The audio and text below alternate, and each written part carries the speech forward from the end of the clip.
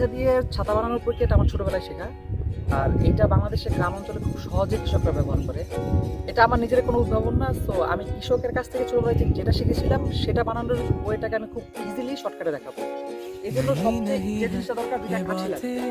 আর কাঠির কোনো নির্দিষ্ট মেজারমেন্ট নেই, গামছার কোনো নির্দিষ্ট মেজারমেন্ট নেই। জাস্ট ছোট গামছাটা অ্যাভয়েড করে যে কোনো মাঝারি সাইজের গামছা নিতে হবে। আর গামছার প্রশস্তই ডিপেন্ড করবে আপনার ছাতাটা কত বড় হবে। দৈর্ঘ্য তো সব গামছার প্রায় একই হয়, তো দৈর্ঘ্য নিয়ে ভাবার কিছু নেই। তো প্রথমে আপনাকে দুইটা কাঠি লাগবে, আর কাঠিগুলো জাস্ট দুইটা শক্ত কাঠি হলেই হবে। যে কাঠি দুইটা আপনার জাস্ট গামছার ওইটা নিতে পারবে। আর কাঠি কাজ করার জন্য আমরা যে কোনো কাছ থেকে এরকম দুটো ডাঙিয়ে নিতে পারি।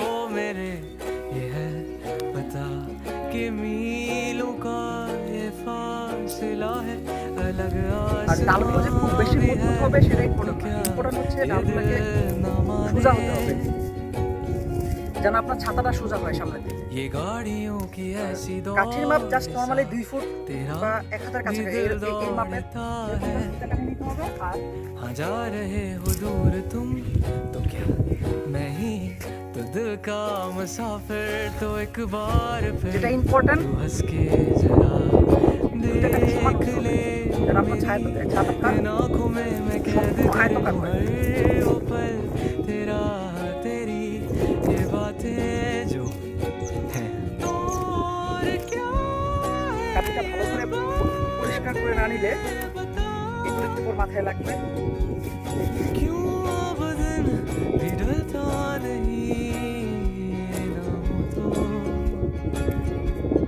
আমাদের সমান সাইজের দুটি কাঠি রেডি। এবার যেটা করতে হবে, গামছার এক প্রান্ত হাতে নিয়ে ঠিক এই কর্নারে ছোট্ট করে গিট দিতে হবে, খুব ছোট করে, যত ছোট করে গিট দেওয়া যায়। হ্যাঁ, এই যে ছোট একটা গিট প্রান্তে তেমন করে ছোট করে আরেকটি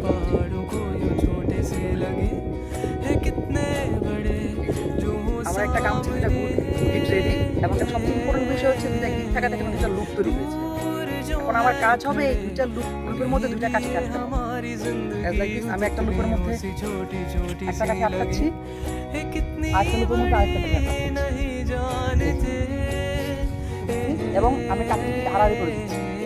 আড়াআড়ি করে দিয়ে কাঠিটাকে যতটা টান রাখা যায়।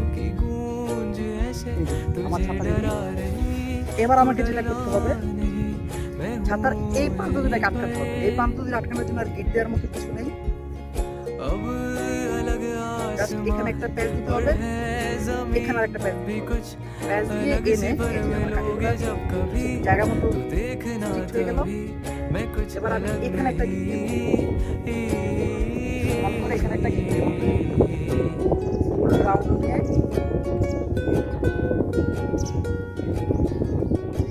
টাইট করে। এখানে গিট না দিয়ে অন্য একটা এক্সট্রা দড়ি দিয়ে বাঁধা যায়, চুলে মেয়েরা চাইলে চুলে রাবার দিয়েও বাঁধতে পারে। যেহেতু আমরা ছাতা ছাড়া অন্য কিছুই ব্যবহার করবো না, তাই আমরা শুধু গিট দিয়ে শেষ করে দিব। এই যে কাঠি বাঁকা হওয়ার কারণে এই জিনিসটা সামনে চলে গেছে। কাঠি যদি একটু শক্ত হতো তাহলে এখানে থাকতো। হ্যাঁ, এবার আমরা ঠিক এই মাঝখানে ধরে এই ছাতাটা ভিতর দিক থেকে এনে, ছাতার দুই প্রান্ত এইদিকে একটা এইদিকে একটা এনে এই যে ভিতরে এনে এবার এখানে একটা গিট দিয়ে দিচ্ছি।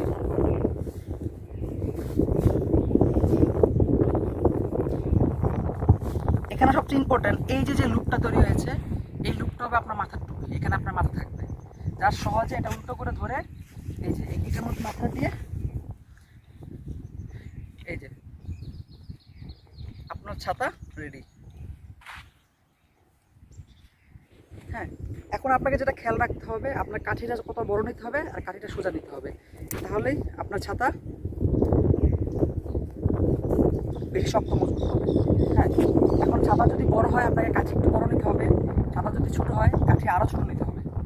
হ্যাঁ, এখন আমি রোদের মধ্যে হাতে কিছু না নিয়ে একটা ছাতা নিয়ে রেডি।